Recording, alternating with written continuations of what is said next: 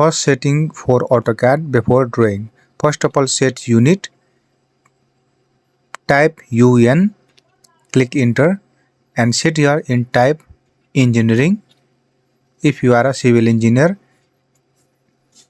in precision, click 0 feet 0 inch, OK. Now set dimension, enter D and press enter. Go to modify, go to primary unit, set engineering and precision 0 feet 0 inch. Now go to lines, click on fixed length extension line, length, put here 1.5 inch. OK.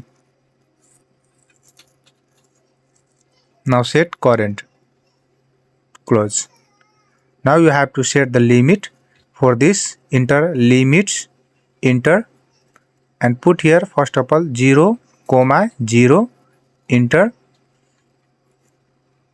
and again put here 600, 600, enter. OK.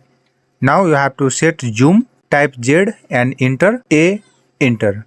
Now you have to put this USC icon at the corner. Go to icon properties and uncheck it. Now you can draw any drawing on this AutoCAD and you have set all the setting.